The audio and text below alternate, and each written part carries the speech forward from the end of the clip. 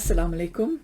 I am back after a bit of a hiatus. As you know, I established this channel last year because I wanted to lend a female voice to discussions about Islam, because as we know, female voices and opinions are often missing when we talk about Islamic studies, Islamic knowledge, creation of Islamic knowledge. And I wanted to just share some of my knowledge gathering that I've done over the last 15-20 years to try to inform some of the discussions, particularly in the field of Islamic law and reformist discourses about how we reform Islamic law, how we make Islam and its beautiful moral teachings relevant to our modern times and the challenges that we're facing. And the channel went a bit quiet because I got busy with work and various things at home and just did not get a chance to record videos. But more recently, actually last weekend, I recorded a longish conversation with Eram, who some of you may know as a transformational coach, but she's also a very well-established personality on social media. And one of the things that she's doing very generously is lending her platform to female Muslims who are either scholars or who have done extensive reading or research or discussions in the field of Islam, and to try to create a group of women who can start taking on this leadership role in the process of knowledge creation and help empower other Muslim women to feel confident about who they are and their faith and their agency as believers. And that's actually really motivated me to come back to the channel and start creating some content. And I'm just recording this very short video to say thank you, a very heartfelt thank you to all of you who have engaged with my conversation with Eram over the last few days, for visiting my channel as a result of that conversation, and for posting some really intelligent and astute comments and questions on my channel, which I have tried to answer as I've gone through those comments. But I appreciate that some of the questions you've asked would require a more in-depth discussion. And that's really motivated me, that's really encouraged me to restart my work and start sharing what knowledge I have gained in the last 15-20 years of my research in the field of Islamic law and also in the field of Islamic finance. So thank you very much. So this is my note of thanks. It's also reminded me about why this was important for me in the first place. I think women get a lot of negative views expressed about them.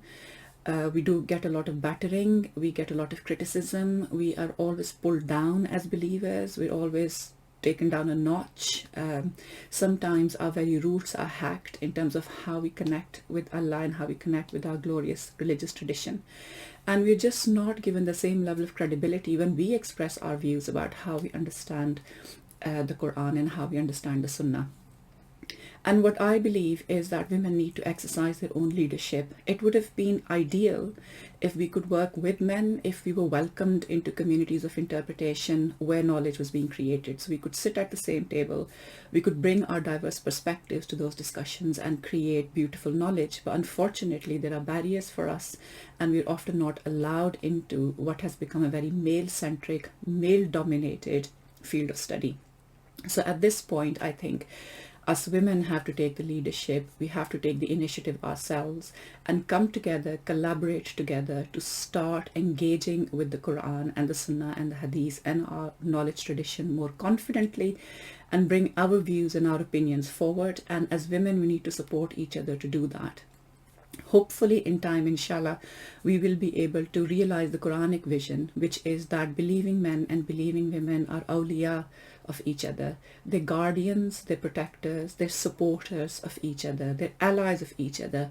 And so it would be wonderful if eventually we can move towards an allyship-based model where both men and women sit together around a table with equal representation from both, and they co-create knowledge, new knowledge, which is fit for purpose in modern times and which enables us as a community to deal with modern challenges. We're not there yet, but I think that as women have to take the lead into creating those really open and inclusive spaces and set the standard really high and be genuinely inclusive towards other female voices, but also invite into the room all those men who are willing to work in allyship with Muslim women, who understand that there are particular challenges we need to overcome, and who understand that unfortunately the teachings of our religion have been co-opted into a patriarchal narrative which is very demeaning towards women and also demeaning towards men.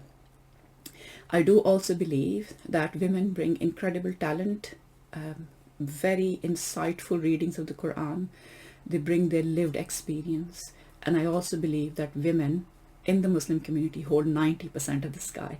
Not 50% of the sky, but 90% of the sky. And the reason I say that is that primarily it is through women, through mothers, through grandmothers, through sisters, that the knowledge, tradition, and the Islamic way of life is transferred to the future generations. We are the ones who sit with our children and teach them how to pray 5 times a day.